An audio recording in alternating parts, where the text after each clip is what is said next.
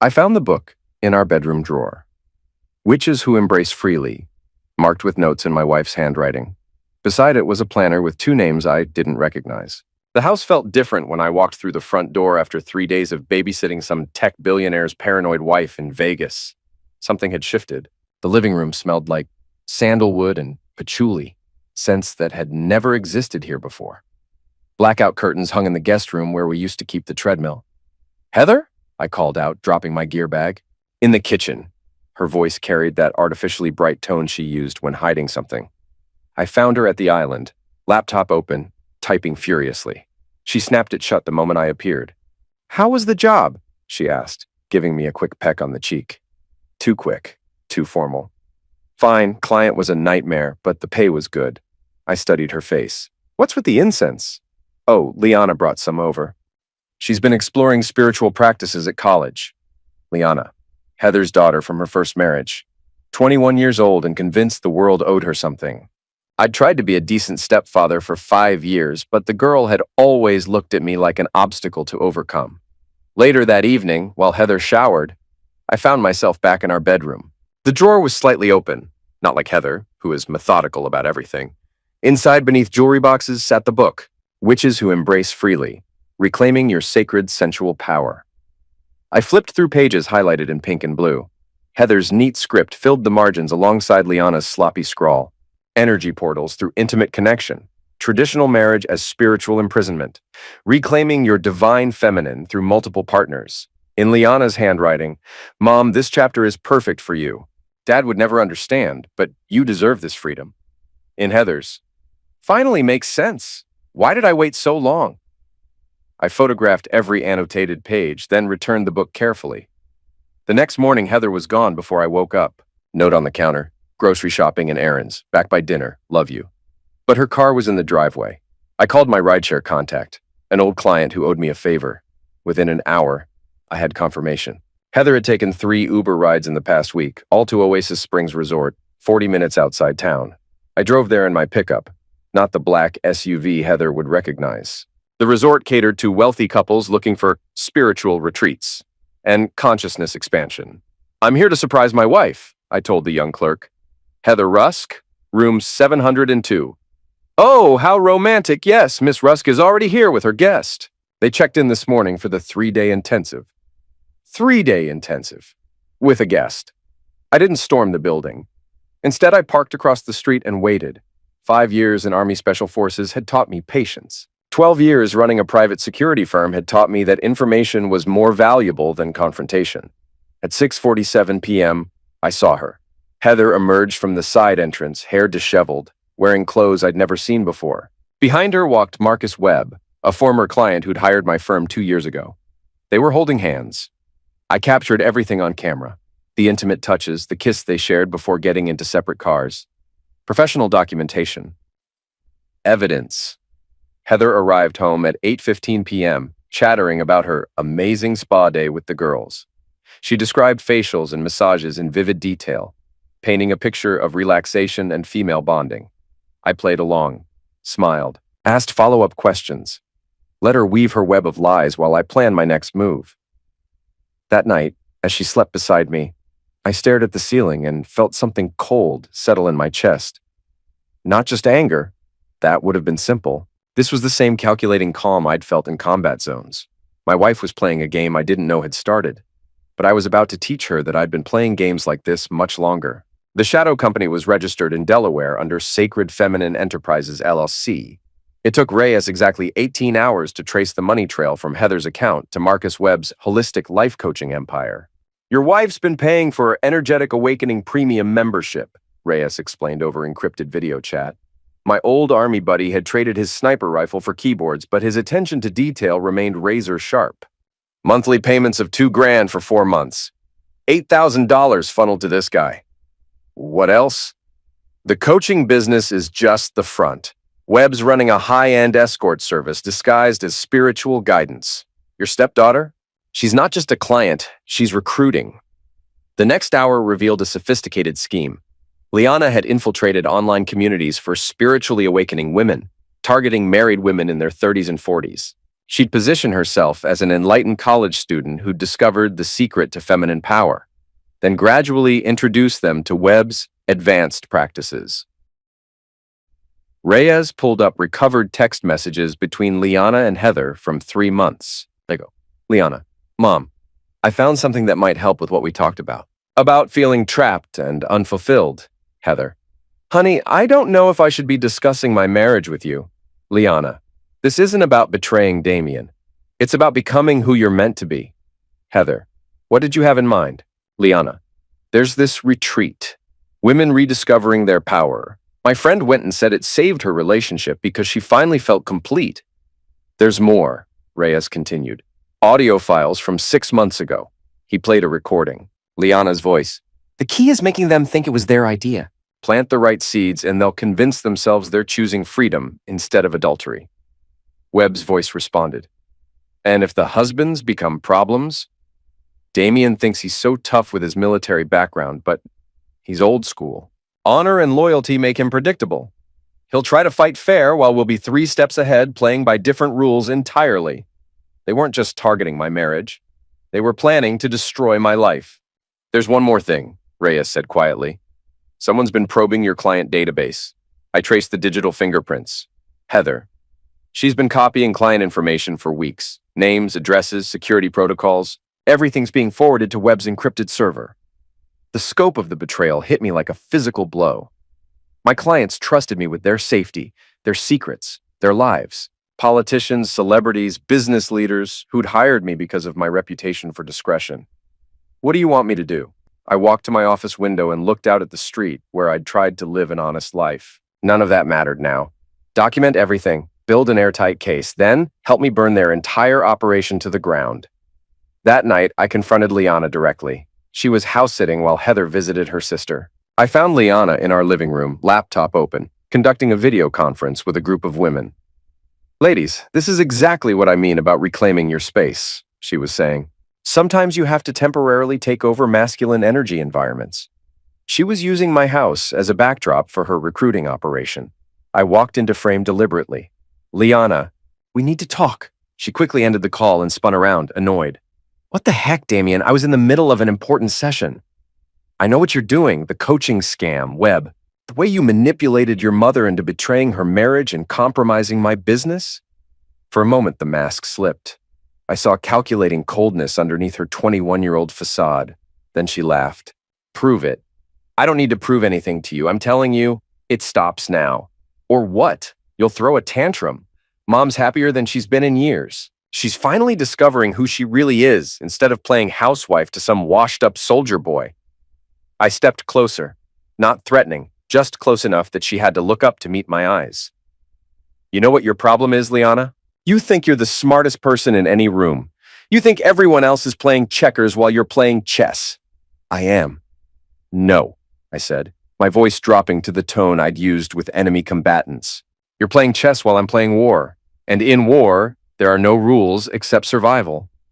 The footage was damning, crystal clear, professionally shot, and completely legal. I'd installed cameras in my own property. Webb's intensive retreat sessions included activities that would make a pornographer blush, all conducted in my guest room while I was away on business. She brought him here?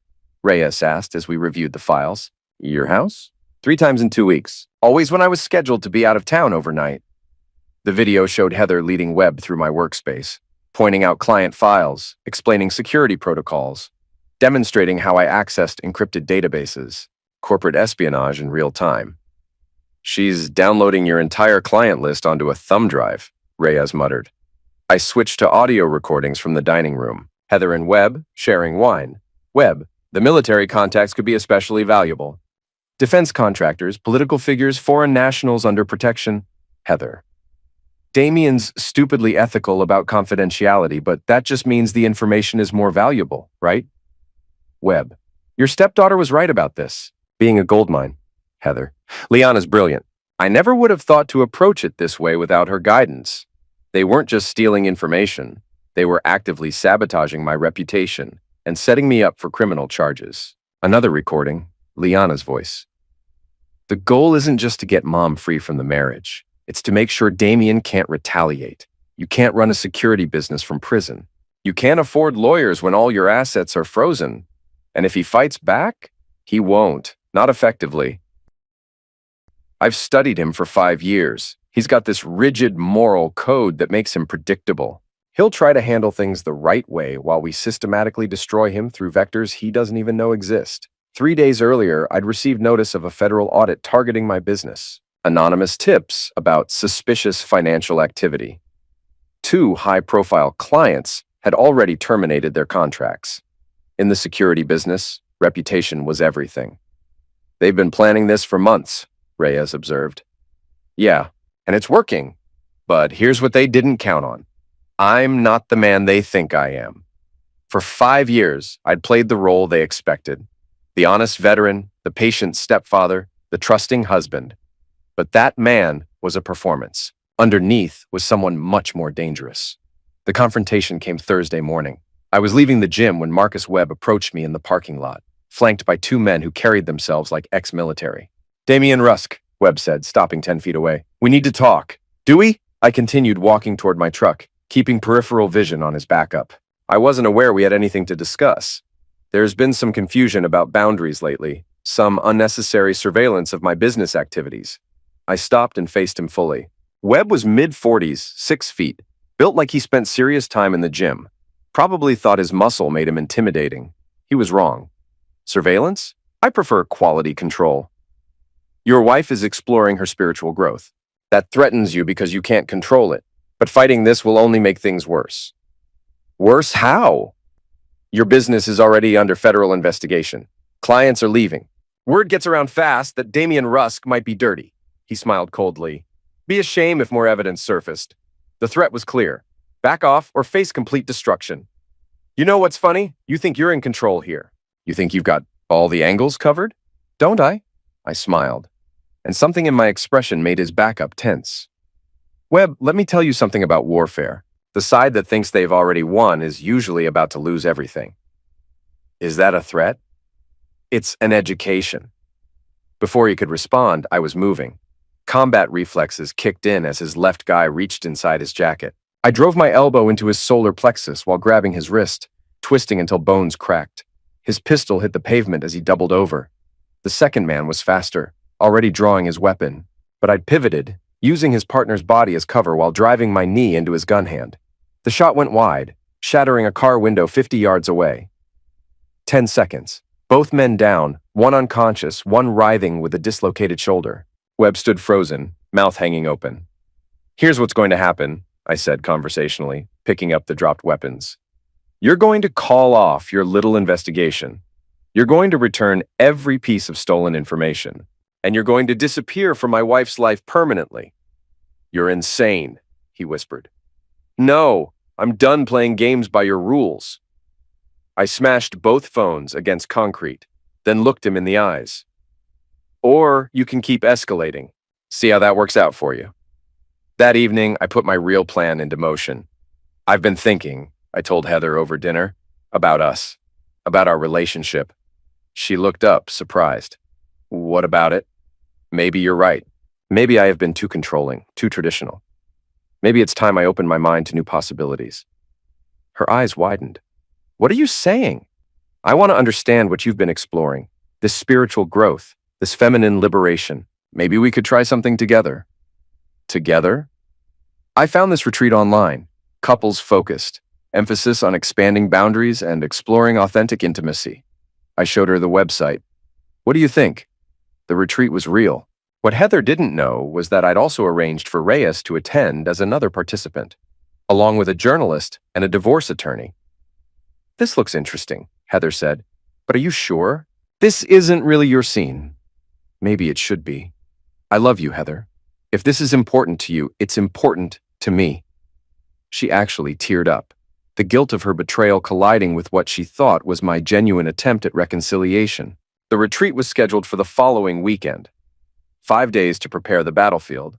Friday afternoon, I met with Detective Sarah Morrison, a contact for my law enforcement work. This is substantial, she said, reviewing the evidence. Industrial espionage, identity theft, conspiracy to commit fraud. Probably federal charges too. How substantial?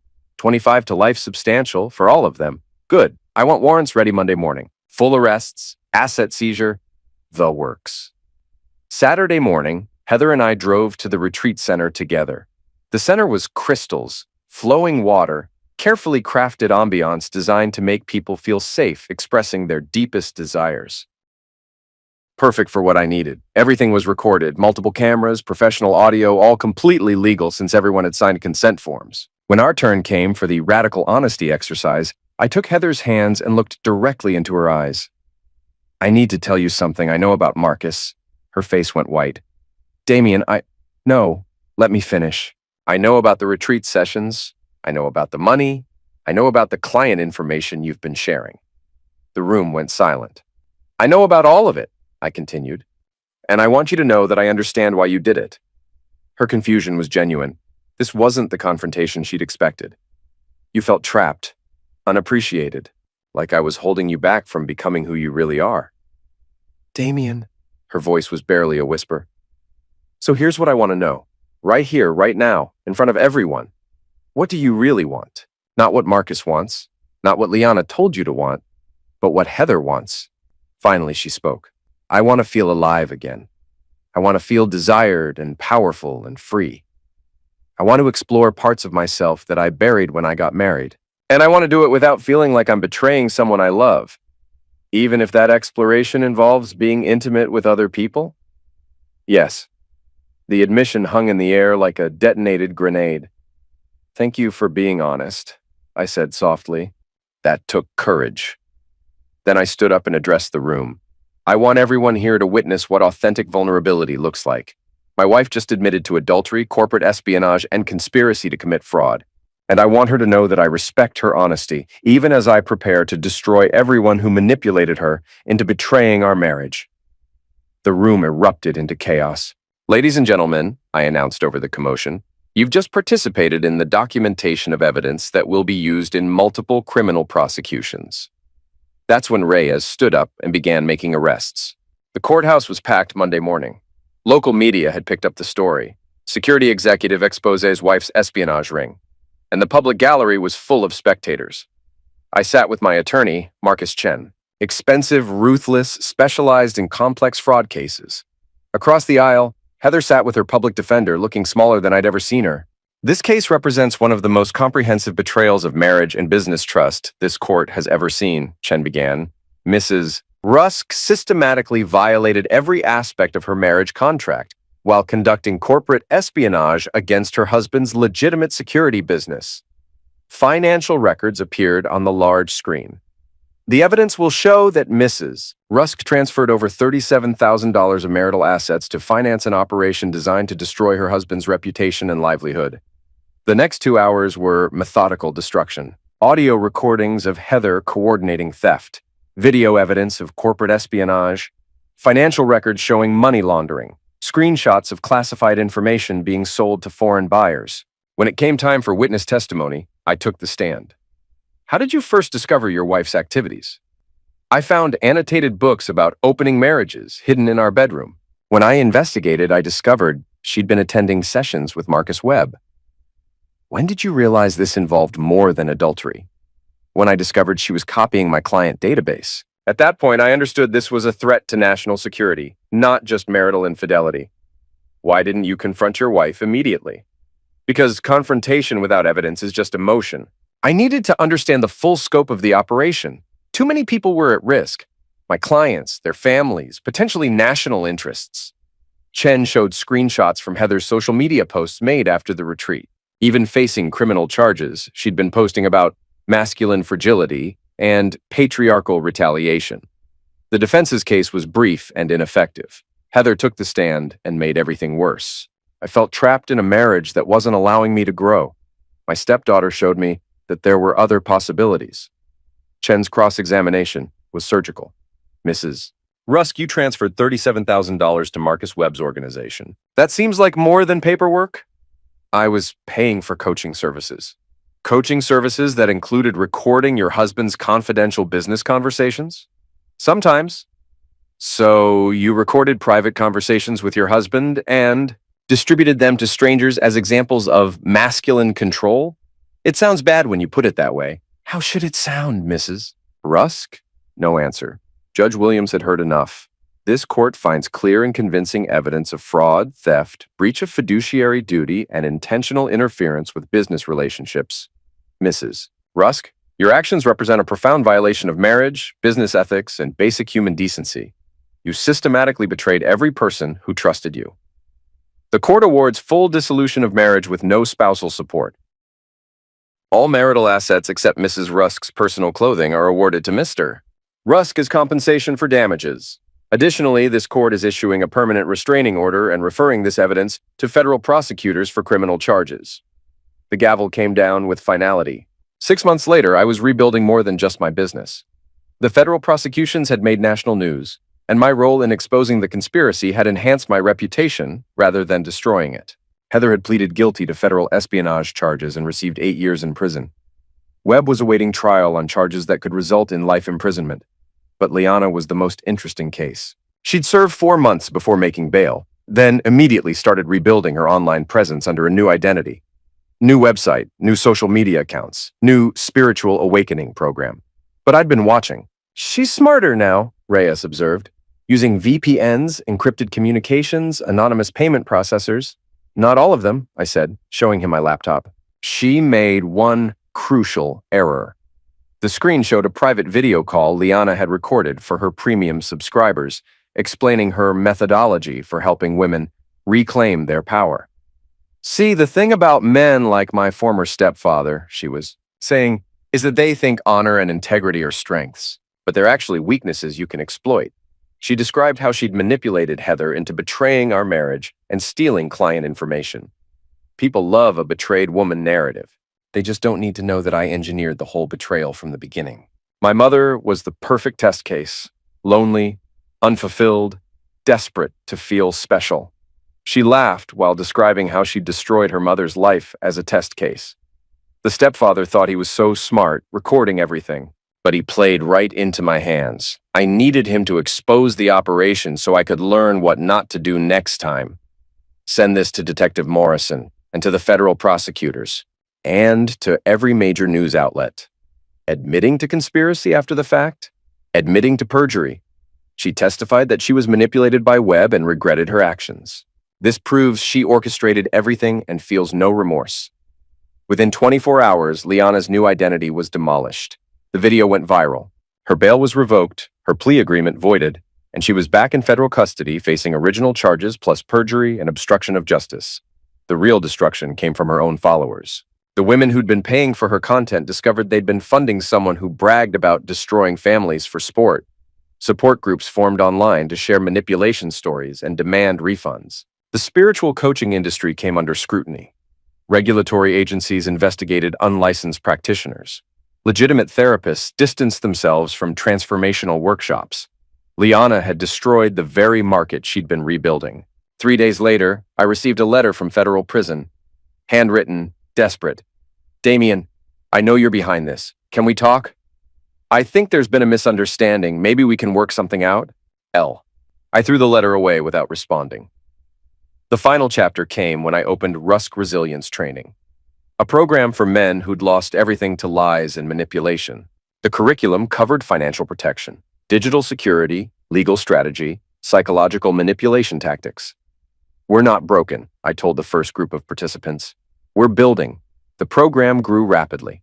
Word spread through military networks, law enforcement communities, business associations, men who'd been financially destroyed by divorce fraud, fathers who'd lost custody through false allegations, entrepreneurs whose partners had sabotaged their companies. All learning the same lesson. Sometimes the people you trust most are the greatest threats to everything you've built, but also learning the corollary. Once you understand the threat, you can develop defenses that make you stronger than before.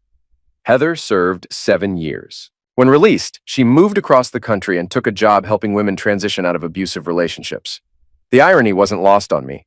Webb died in federal prison after 18 months. Heart attack officially. Though given the number of defense contractors and government officials whose families had been compromised, there were plenty of people with motive and access. Liana served 12 years and was released with a federal probation officer and a lifetime ban from operating any business involving personal coaching.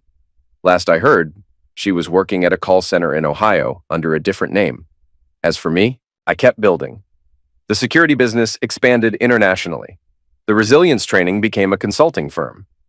I remarried, a fellow veteran who understood operational security and never asked questions she didn't want answers to. But sometimes late at night, I still thought about that book in the bedroom drawer, Witches Who Embrace Freely. The moment I realized my life had been turned into someone else's game, the moment I decided to stop playing by their rules and start enforcing my own. They'd called it feminine freedom. I'd called it war. And in war, there are no points for second place.